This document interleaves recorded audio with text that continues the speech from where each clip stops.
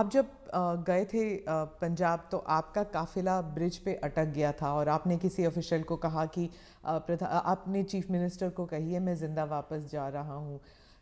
बहुत सारी इन्वेस्टिगेशन भी चल रही है सिक्योरिटी को लेकर, लेकिन उस वक्त आपको कैसे महसूस हुआ था, क्योंकि आप पंजाब से पता नहीं कब से जुड़े हुए हैं।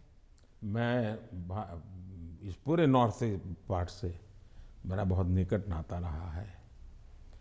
मैं पंजाब में बहुत रहा हूँ, मैं पंजाब की मेरा बड़ा नाता रहा है।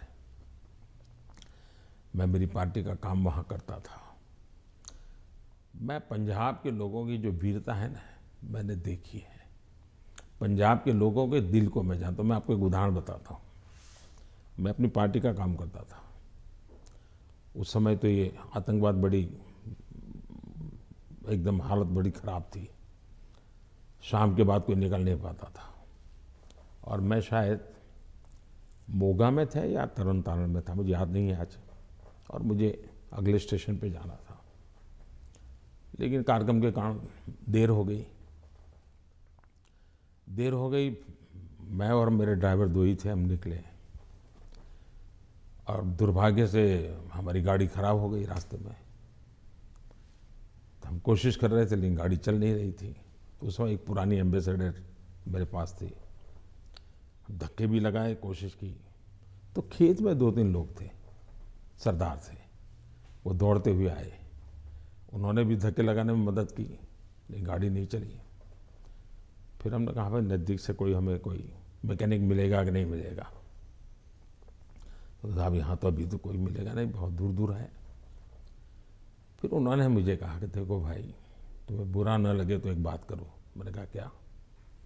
बोले तुम गाड़ी यहाँ छोड़ दो, तुम और तुम्हारा ड्राइवर खेत में हमारे साथ चलो, हमारी वहाँ झोपड़ी है, वहीं खाना खा लो और रात को रुक जाओ।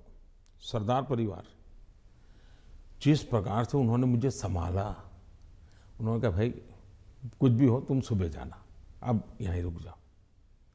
बाद में उनको पता चला मैं तो भाजपा का कार्यकर्ता हूँ। वो कहा ठीक है भाई, तुम भाजपा के हो, कुछ भी हो, तुम आज रात मेरे यहाँ रुको। मैं हैरान हूँ जी, खेत में उन्होंने अपनी जो छोटी सी जगह होती है उसमें रखा, मेरा खान पान की व्यवस्था की। और सुबह उनका बेटा जाकर के एक मैकेनिक को ले आया, गाड़ी ठीक की। और मैंने पंजाब का ये दिल देखा है जी। इन सरदारों के भावों को जानता हूँ मैं। विविधता की रिस्पेक्ट के बारे में बात करते हैं, लेकिन राहुल गांधी और सिर्फ राहुल गांधी नहीं, स्टालिन, केसीआर, महबूबा, ममता सब कहते हैं कि आपकी पार्टी जो है उस विविधता को रिस्पेक्ट नहीं करती। इसलिए चाहे बंगाल हो या आंध्रा, तमिलनाडु, केरला और कश्मीर, इन सभी राज्यों में बीजेपी कहीं घुस भी नहीं सकती है, सरकार बना नहीं सकती है, क्योंकि एक सेंट्रिस्ट, एक स्ट्रांग व्यू पॉइंट वाली पार्टी है जो रीजनल एस्पिरेशंस को नहीं समझती। पहली बात ऐसी है कि भारतीय जनता पार्टी एक ऐसी पार्टी है जिसका ये मत है कि देश के विकास के लिए हमें रीजनल एस्पिरेशंस को एड्रेस करना ही चाहिए। और देश में मैं पहला मुख्यमंत्री हूं जो इतने लंबे समय तक राज्य का मुख्यमंत्री रह करके आया हूं। और इसलिए राज्य के एस्पिरेशंस क्या होते हैं, राज्य की आवश्यकताएं क्या होती हैं, इसका मुझे भली भांति समझ है। और इसी के कारण हम हिंदुस्तान के सभी राज्यों की भले, अब देखिए मैं दुनिया के मेहमान आते हैं तो पहले उनको दिल्ली में ही आना और जाना हो जाता था। मैं ऐसा नहीं करता हूँ। आप ट्रंप को ले गए गुजरात? मैं उनको अलग अलग जगह पर, मैं चाइना के राष्ट्रपति को ले गया तमिलनाडु, मैं फ्रांस के राष्ट्रपति को ले गया उत्तर प्रदेश, मैं जर्मन चांसलर को ले गया कर्नाटका। और तब तो कांग्रेस की सरकार थी।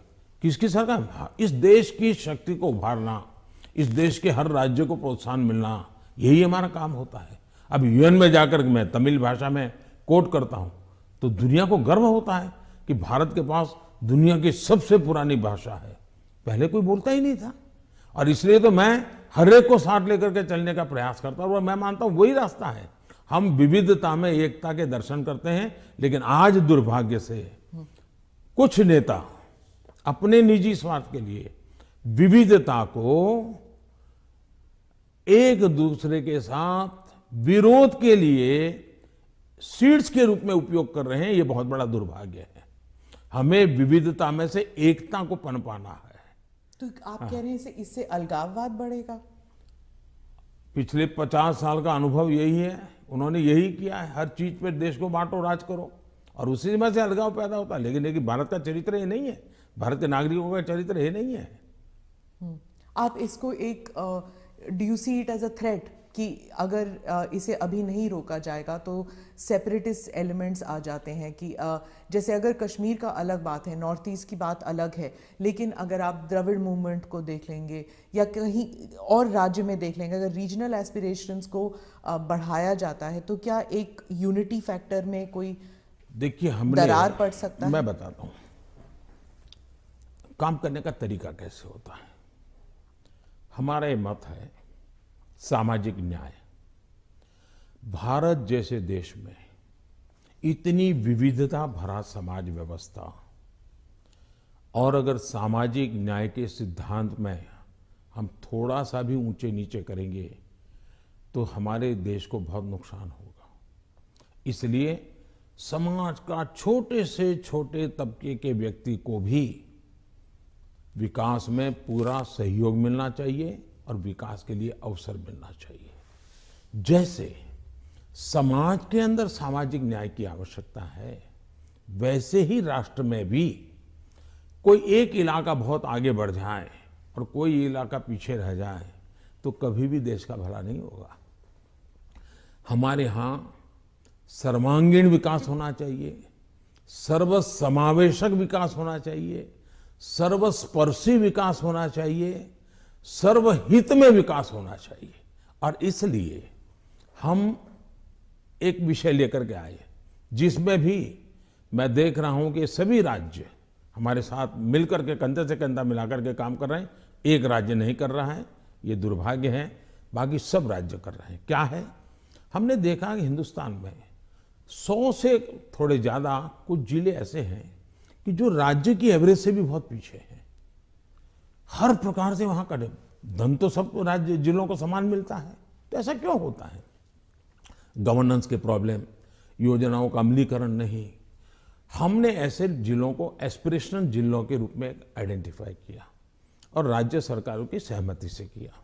करीब 110-115 जिले हैं और उस पर हमने स्पेशल फोकस किया। मैं खुद जिलों से बात करता हूं, उन जिलों में कल्याणकारी योजनाएं ज़्यादा से ज़्यादा पहुंचे। मैं राज्य सरकारों को प्रार्थना करता हूं कि वहां यंग अफसरों को लगाइए, आईएएस अफसरों को, प्रमोटेड अफसरों को या रिटायर्ड एज वाले लोगों को वहां मत भेजिए, यंग लोगों को लगाइए। और मैंने देखा कि सभी राज्यों ने मेरी इस बात को माना, यंग अफसरों को लगा। दूसरा मैंने कहा बार बार ट्रांसफर मत कीजिए, उनको वहां रहने दीजिए 3 साल, उनको कहिए कि तुम काम करो, बाद में तुम्हें अच्छा पोस्टिंग देंगे।